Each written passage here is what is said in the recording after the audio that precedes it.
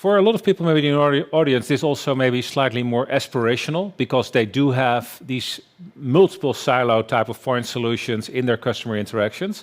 So the fact that you kind of decided to kind of together with your team and your executive leadership team to be bold, you must have had moments that you were doubtful about it. You say, are we ever going to succeed? Like it's a daunting journey. Would you be so kind to maybe share some of those moments where you say like, to the audience, like, hey, these are the typical pitfalls. So you can see these are the elements of fear. These are the elements of how you overcome these obstacles. Anything would be very insightful, I think, Peter. Yeah, it's kind of been a long time in baking this cake. You know, it's not something that happens overnight. And I think you'll recall, you know, we visited you in Amsterdam probably 4+ years ago when we were just starting out, and it was the same time that we visited the banks that we admired the most digitally to try to learn from them. We visited Lloyds, we visited ING, we visited Danske and so on. And I think the thing we did right, but it's also the challenge, is that we very deliberately decided how this would work at RBC and what the approach would be. We decided, let's not do what ING and some of those really bold, agile shifts in transforming the bank overnight, complete transformation. We decided to try to build a hybrid model. So maintain the vertical P&L disciplines. We're a very, very strong product organisation, and that is how we've won in the past. So let's not throw that all away. Try to maintain the vertical P&Ls, but build horizontal journeys and horizontal agile practices that sort of counterbalance that.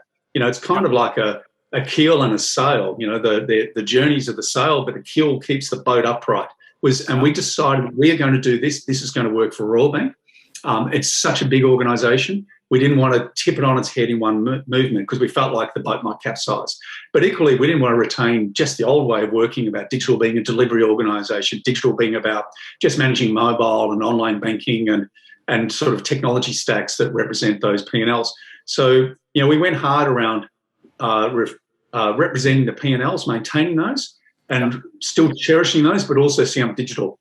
And if I think about the last 4 years, we have then very gracefully scaled up our agile practice, sort of like in deliberately binary doubling, starting with 8 squads, 16, 32, 64, 128, and so on. So we've really got a very large scale agile practice now, which you've seen running in those horizontals and customer journeys that cut across the P&Ls.